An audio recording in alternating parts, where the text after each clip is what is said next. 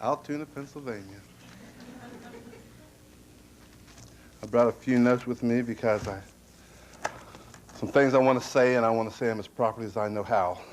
It's a very emotional moment for me to have my family and friends here, my relatives, my beautiful wife, and my lovely daughter.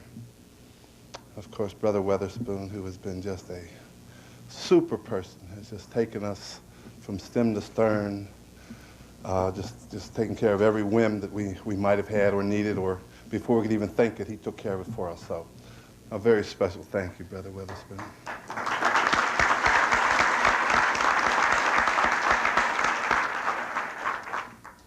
First, giving honor to God, who in I live, I move, and I have my being.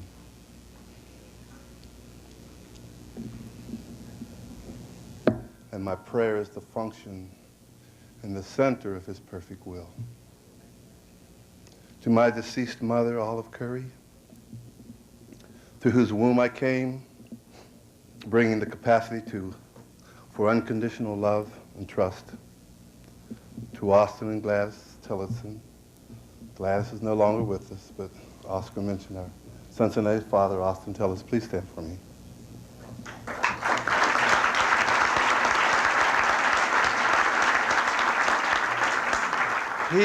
He is the greatest man that I know.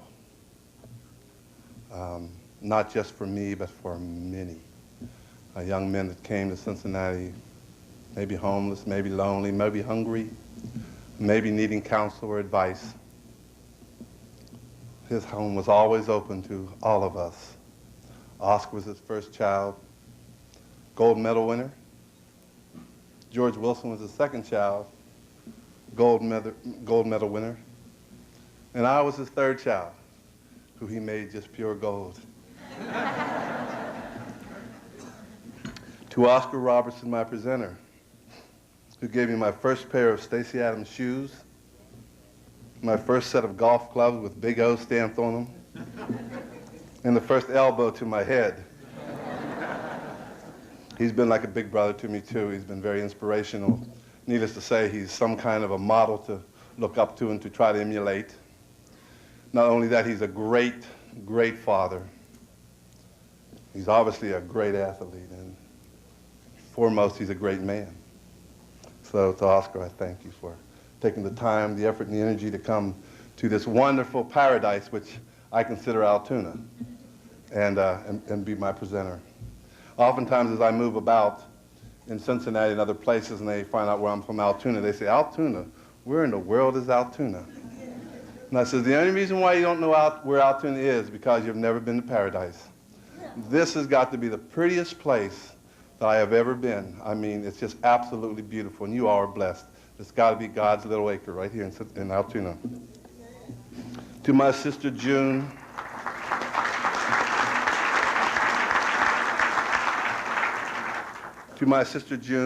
my brother Calvin, who couldn't be here because he's now paralyzed, and one of the very great, great athletes that came out of Altoona, and would have been even greater had he not had some tragedy in his early years. 6'4", 225 pounds, a waist, 32 inches, something like Jim Brown, could run like the wind, but had some unfortunate circumstances and didn't get a chance to go to high school. But I just wish that I could have had the ability that Calvin had. I mean, he was one great athlete and a real handsome, handsome man. I always envied my big brother.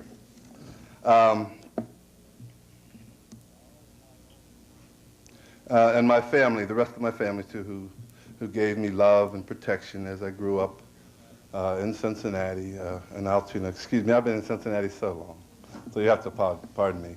Grew up in Altoona with many times I was either fighting with them or fighting for them.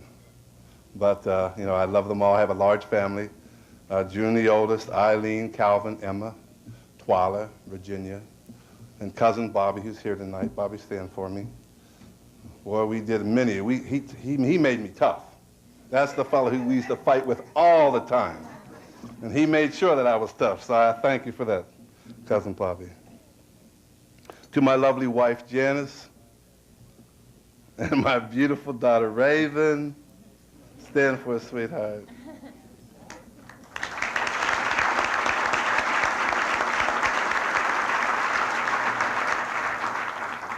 They often confuse her, my wife, as being my daughter. They confuse my wife as being her sister. But that is my daughter, and that is my wife. And I am very, very blessed. They are the reason that I live. And to my son, my deceased son, Shane, who now is with Jesus, I dedicate this evening to him. After his death, we established a foundation for Shane because he loved children so much. I won't go into a long dissertation on it, but I do just want to share with you the mission statement, and I think you'll understand who and what I am and who and what he was and what I stand for and what he stood for. We have a soccer team of a soccer league now of 308 children from the ages of 3 to 5 years old that carries the name Shane's Kids. They're Head Start kids, so most of them are underprivileged. But we have the opportunity to give them the very kinds of beautiful inspiration, incentives when they're very young so that they'll grow straight and they'll grow tall and they'll grow true. And our mission statement is the purpose of the foundation is to instill in our children a God-conscious sense of self-esteem and universal love, understanding that life is precious, full of hope, promise, and unlimited possibilities. We want our children to know that they are fearfully and wonderfully made in God's image and likeness,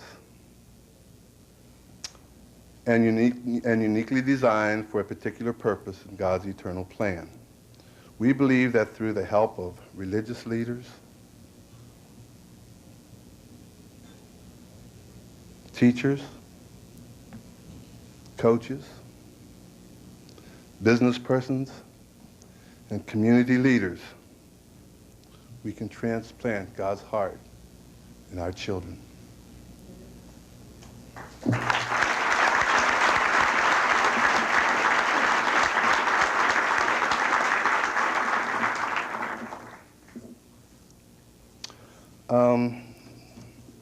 I did ask for special permission to be perhaps a little bit longer, but I feel pretty good because I'm doing pretty good. But there are some people in Altoona that epitomized the very thing that I just read, that had a concern for children and inspired them and helped them and coached and influenced them in very positive kinds of ways. And me in particular, as I think back to some of the people that were instrumental in my development, and I believe good character. And one of the gentlemen was Mr. Robert Clark. And from a very young child, my first experience with Bob Clark is he sponsored a basketball team, and we played at the YMCA, and I guess I was 9 or 10 years old, real small. And we lost the game, and I started crying. And Bob came up and put his arm around me and said, you know, he says, you're crying now. He says, but before it's over, you'll have many other folks crying, Jim. And he was that kind of an inspirational person. He oftentimes sent me to the dentist to make sure that my teeth were strong and straight. He bought me clothes.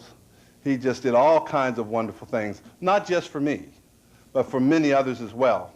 But Bob is very special in my heart. And I do have a plaque that I want to leave with you tonight. We won't present it now, but I talked to one of Bob's relatives, and you know, Bob is no longer with us. But they'll receive it for him. The second person is John Brannick, who was my junior high football coach, who for some strange reason found it necessary to make me a quarterback. And, you know, I was, even at that time in 9th grade, I was probably 6'2", long and lanky, and he says, that don't matter, you got big hands. He says, and you're going to be a fine quarterback, Jim. And so he worked with me, you know, and in those days, there weren't that many quarterbacks of color. So I think John stepped out on something special and worked with me.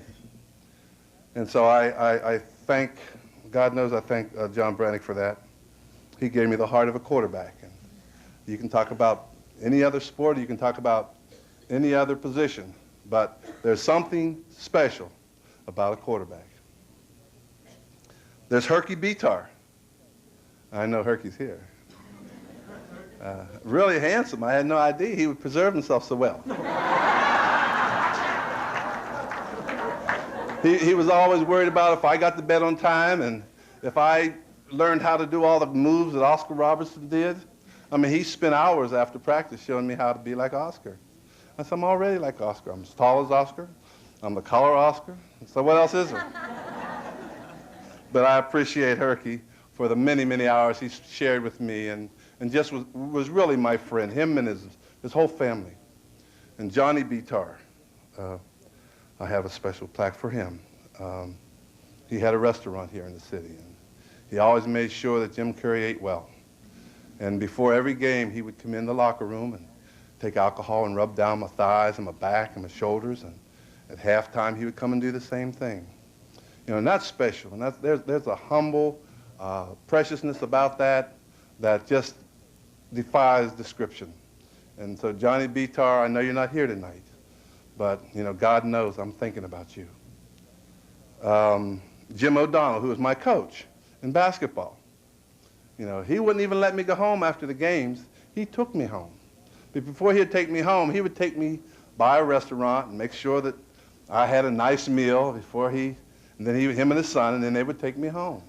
He wanted to make sure I didn't get in trouble, and he wanted to make sure I didn't have any bad influence. I always thought he just liked me and wanted to feed me.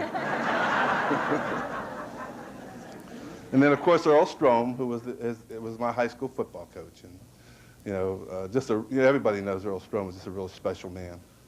And, you know, he let me play quarterback, and he let me call the plays. And there were times when he said, Jim, what do you think we should do? And I says, well, it was a real critical situation. I said, well, you ought to let me fake the Geechee Gutshaw and then run the other way. And it never failed. I mean, you know, Bob Gutshaw, you know, as you all know, was a great halfback here in Altoona, and had some tragedy in his college career, and consequently he didn't go as far as he would have. But Geechee's always been very special to me, and if Geechee, you can hear me, God bless you. There was June and Bill Moore, of course, my sister and her husband, and you know, I'd already told you how special they are to me, and she's been like a mother, and he's been like a brother more than a father, and he always had a million jokes to tell you, but he was a professional boxer and a real inspiration to me. And of course, my brother Calvin, I told you about him, what a great athlete he was, and the unfortunate circumstances befell him.